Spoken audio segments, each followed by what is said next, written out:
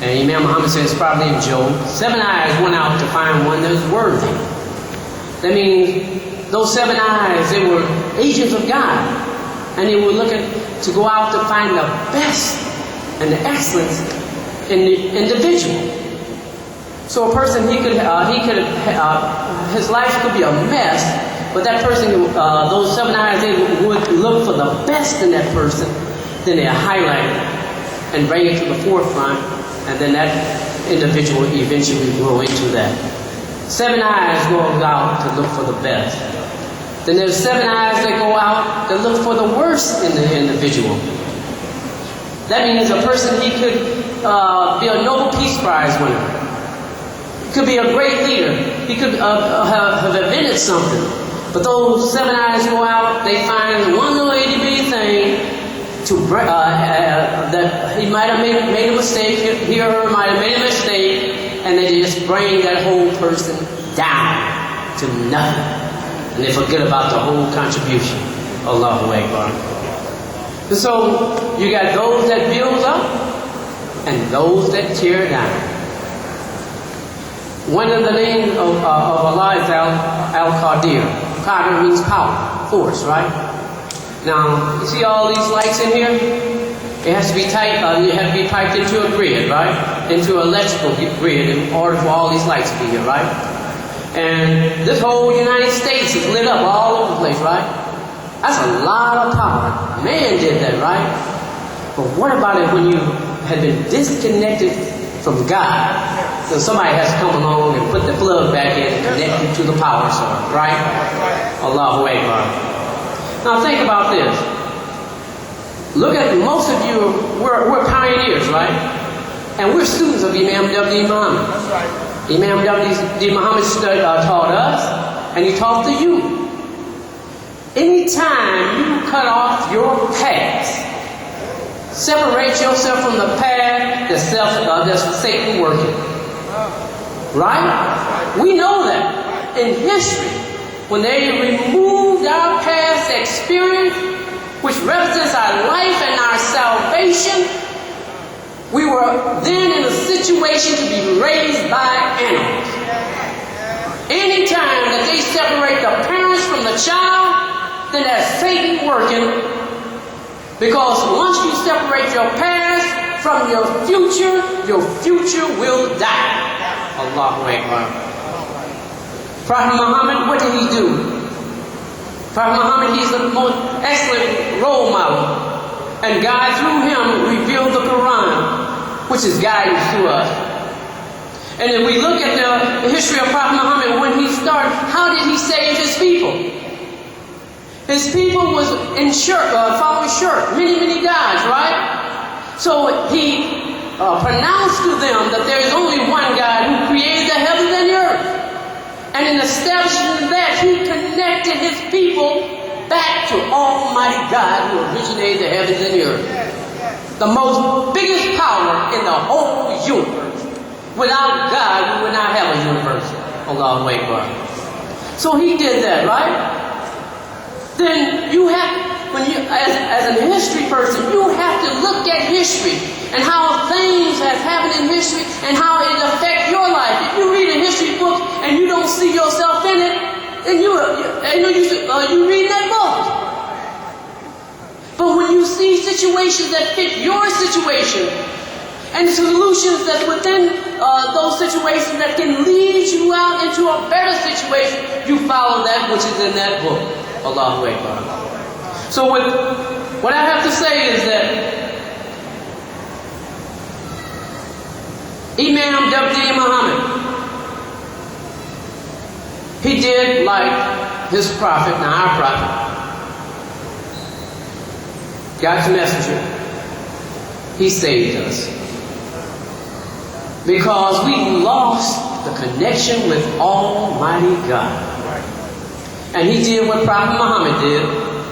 He established the one God in our lives. It's in the Holy Quran. And in my conclusion, in the Holy Quran, it says, whoever says that he is God, other than him, Allah, he will be put in hell. And the wrongdoers. So anyone going around still today saying that he is God, I am God, you ain't hell. And didn't Imam Deen Muhammad save us from hellfire?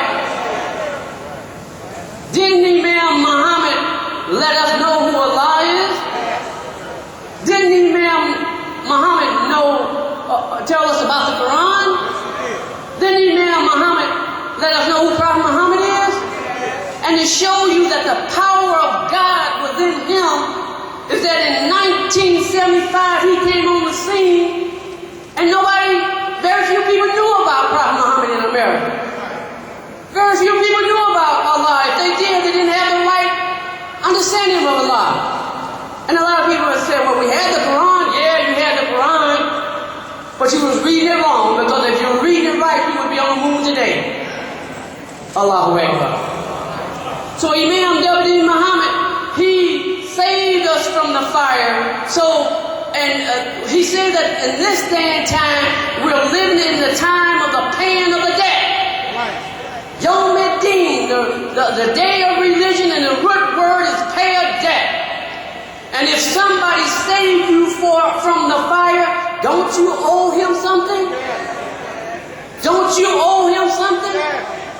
I'm not saying anything different than what the Imam has said. He said, how many of you are better off today than you were before? When Imam Muhammad came on the scene in 1975, I was unemployed.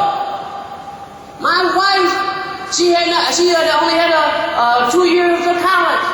Now she has a PhD, and she is head of the faculty senate, and the president of the college has to invite her over for a breakfast every now and then.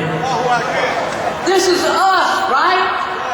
It's because the power of God, in my conclusion, is the power of God that has worked within this community that now, there's a phrase that the Imam said, how can one tell you where to go if you don't know where you've been? And if you don't know the history of the Islamic movement here in America, where the Muslims were brought over here on slave ships and put in ships like sardines and planted in America as a new seed to grow and develop into that tree that rises up, the limbs high up in the heavens and the roots deep down in the ground, right here in America. Allahu Akbar. The first slave and the last slave last year conceived. The first slave was the Muslim, now can walk around and feel that he's dignified and proud, because we heard that dead Lazarus, only ate from the crumbs of the rich man's table. Right? We have known how it is that we cannot eat at the rich man's table. They gave us chitlins and hog maws and pig feet and eyes and snout of the pig, and did not give us the whole hog. And we made it a delicacy. Right? Eating pig guts and saying it's a delicacy, right? Now, by the grace of God and the effort of Almighty God, and move this Islamic movement here in America, Prophet Muhammad is raised high. Am I right? Al-Islam is raised high, right? The Quran is raised high. And now the Muslim is trying to put out the best image as possible, because all the eyes of the world is looking at them. Allahu Akbar. But Allah has blessed us, because the son of a slave, ex-slave, the son of the Imam Deen Muhammad, the grandson of the Honorable Elijah Muhammad, he was sitting at the table of the rich man, and he was eating the same food that the rich man was eating. Deen Muhammad II, during the iftar, was sitting at the head table with the president of the most powerful country in the world,